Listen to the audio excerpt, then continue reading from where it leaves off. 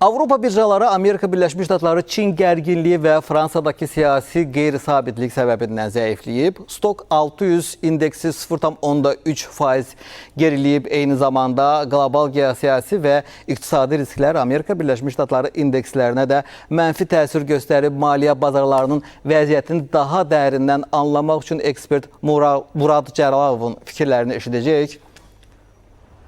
Murad müəllim, salamlayıram sizi. Biz deyə bilərikmi ki, qlobal iqtisadiyyatdakı qeyri-müəyyənlik beynəlxalq indekslərin də qiymətlərində öz təsirini göstərib?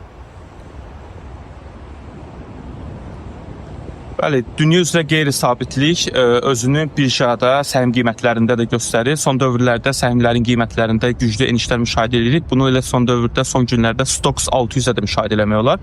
Amma bunun əsas elə birinci səbəblərindən biri elə özüdür. Yəni Stoxx 600, Stoxx 50-dən fərqli olaraq Avrozonada olan 17 ölkə və üstəlik Böyük Britaniya və İsveçrə kimi ölkələri də bura daxil edir. Burada da konsentrasiyadan uzaqlaşmış olur və bu baxımdan da riskləri artır.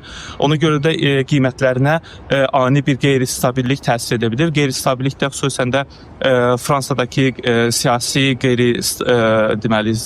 stabillikdən irəli gəlir. Həmçinin də bunu Amerika Birləşmiş Ştatlarının birjalarındakı səhmlər qiymətlərində də müşahidə edə bilirik. Burada xüsusən də Nasdaq, S&P 500 kimi səhmlərin qiymətlərində də düşüş müşahidə olunur.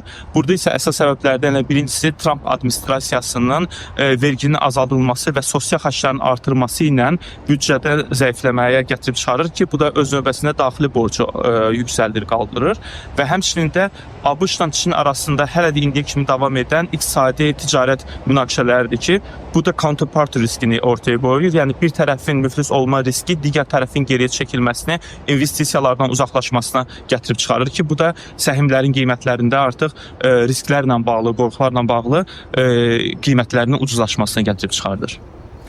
Təşəkkür edirəm Murad müəllim. Bəli, beynəlxalq indeks bazarında həqiqətən də biz nikbin əhval-ruhiyyə var deyə bilmirik. Elə monitorlara baxaq. Bəli, monitorlardan da görürük ki, bütün qiymətlər qırmızı diapazondadır. Gəlin nəzər